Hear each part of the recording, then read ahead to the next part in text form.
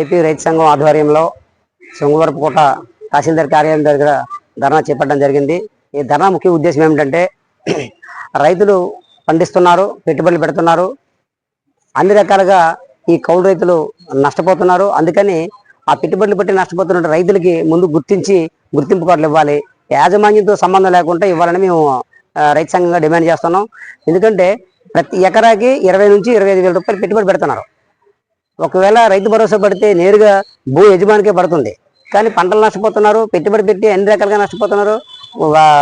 ప్రకృతి వైపరీత్యం కూడా పంటలు పోతే అన్ని రకాలుగా ఈ రైతన్నలే నష్టపోయి ఆత్మహత్యలు చేసుకునే స్థితి దాపరిచింది. ఈ దేశంలో స్వతంత్రం వచ్చి 78 ఏళ్ళు అవుతున్నా ఈ దేశ ప్రజలకి అన్నం పెడుతున్న రైతన్నలే ఆత్మహత్య చేసుకుని చనిపోతారు తప్ప పారిశ్రామికవేత్తలు ఒక్కడైనా చనిపోయిన దాఖలు అక్కడ లేవు. ఎందుకంటే ఈ రోజు కేంద్రంలో మోడీ ప్రభుత్వం పారిశ్రామికవేత్త వ్యక్తుల నాది ఎంత ప్రేమ ఉందంటే వాళ్ళకి లక్షల కోట్ల రూపాయలు, సుమారు 20 లక్షల కోట్ల రూపాయలు రుణమాఫీ చేసి మళ్ళీ కొత్తగా రుణాలు మరో 10 లక్షల కోట్ల రూపాయలు ఉద్యమ పథకాల పేరుతో ఇచ్చారు.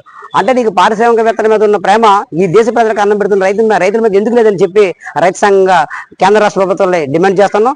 ఇప్పటికైనా రైతుల పక్షాన ఉండి ఎవరైతే రైతన్నలు సాగు చేస్తున్నారో శిస్తుకు కానీ భాగానికి కానీ అలాగే ఇతర రూపంలో చేస్తున్న ఏ రూపంలో చేసిన రైతులు కౌలు కింద గుర్తించాలని చెప్పి మేము డిమాండ్ చేస్తాం. వాళ్ళు నేరుగా యాజమాన్యంతో భూ యజమానితో సంబంధం లేకుండా అధికారులు వెళ్ళి ఎంక్వైరీ చేసి వాళ్ళకి కౌలు పట్ట ఇవ్వాలని చెప్పేసి డిమాండ్ చేస్తున్నాం. ఒకటైతే రైతులు పెట్టుబడి సాయం కింద రాష్ట్ర ప్రభుత్వం గతంలో కూడా ఆ ప్రతిపక్షంగా ఉన్నప్పుడు చెప్పింది, అధికారంలోకి వచ్చిందో కూడా చెప్పింది చంద్రబాబు నాయుడు ప్రభుత్వం. కానీ ఏదైతే రుణ సాయం ఉందో 20,000 ఆ 20,000 రూపాయలు తక్షణమే ఇవ్వాలని చెప్పి డిమాండ్ చేస్తున్నాం. ఇంకోటి ఏంటంటే రైతులు పండిస్తున్న అన్ని రకాల పంటలు ఏవైతే ఉన్నాయో అన్ని రకాల పంటలకి బీమా వర్తింప చేయాలని, అలాగే 2021 ఖరీఫ్ సీజన్లో రైతులు ధాన్యాన్ని డీలర్లకి ఇవ్వడం జరిగింది. ఆ డీలర్లకు తరలించేటప్పుడు అయినటువంటి ట్రాన్స్పోర్టింగ్ ఛార్జీలు అలాగే కలసి ఖర్చులు అన్ని ప్రభుత్వమే ఇవ్వాలి. ఇప్పటి వరకు ఇవ్వకుండా కాలయాపన చేస్తుంది. కాబట్టి తక్షణమే ఆ బకాయిలు విడుదల చేయాలని, అలాగే రైతు వ్యతిరేక జీవోని కేంద్ర ప్రభుత్వం తీసుకొచ్చింది, జీవో నెంబర్ 22. ఈ 22 జీవో వెనక ప్రమాదం ఏమిటంటే ఇప్పటి వరకు రైతులు తమ వ్యవసాయానికి మోటార్లు బిగించుకున్నారు. ఆ మోటార్లు విద్యుత్ ఉచితంగానే వాడుకునేవారు, ప్రభుత్వం ఉచిత కరెంట్ ఇచ్చేది.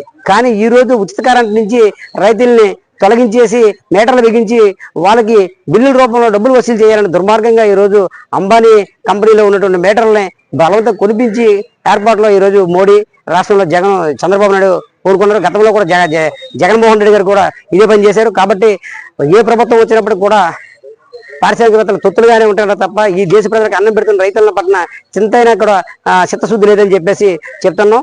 అలాగే ఈ జిల్లాలో నీటి ప్రాజెక్టులు చాలా వరకు పూర్తి కాలేదు. అనేక ప్రాజెక్టులు నీటి ప్రాజెక్టులన్నీ కూడా పూర్తి చేసి రైతులకి సాగునీరు అందించాలని, అలాగే 2 షుగర్ ఫ్యాక్టరీలు ఉన్నాయి, జామి ఒకటి, రెండోది ఎన్సిఎస్ షుగర్ ఫ్యాక్టరీ. ఈ 2 షుగర్ ఫ్యాక్టరీలు ప్రభుత్వం బడ్జెట్ కేటాయించి ఎన్సిఎస్ షుగర్ ఫ్యాక్టరీ ప్రభుత్వమే స్వాధీనం చేసుకొని దాన్ని నడపాలని చెప్పేసి డిమాండ్ చేస్తున్నాం. ఇంకోటి ఏంటంటే రైతులు దుర్మార్గంగా ఈరోజు, ఎందుకంటే ప్రభుత్వం ఓ పక్క నుంచేమో రైతులకేమో ఆదుకుంటామని చెబుతూనే మరో పక్క రైతు వ్యతిరేక ప్రభుత్వాలు వెళ్తే మళ్ళీ ఢిల్లీ పోరాటాన్ని సవిచరవలసి వస్తుందని చెప్తాను. ఉదాహరణకి ఈరోజు శ్రీలంక చూశారు కదా, వామపక్షాలు అధికారంలోకి వచ్చి. కాబట్టి అక్కడ ప్రభుత్వం వైఖరిని బట్టే ఈరోజు అందరూ కూడా వామపక్షమే మొగ్గు చూపారు. అదే పరిస్థితి ఆంధ్రప్రదేశ్ కూడా రాబోతుంది కూడా. ఎందుకంటే పారిశ్రామికవేత్తల మీద ఉన్న ప్రేమ రైతుల మీద చూపించకపోతే పతనం అయిపోతారని చెప్పి ఇందు మూలంగా కేంద్ర ప్రభుత్వాలకి హెచ్చరిస్తున్నాం. ఈ 10 డిమాండ్స్ పరిష్కరించాలని తహసీల్దార్ గారికి వినతి పత్రం ఇవ్వడం జరిగింది.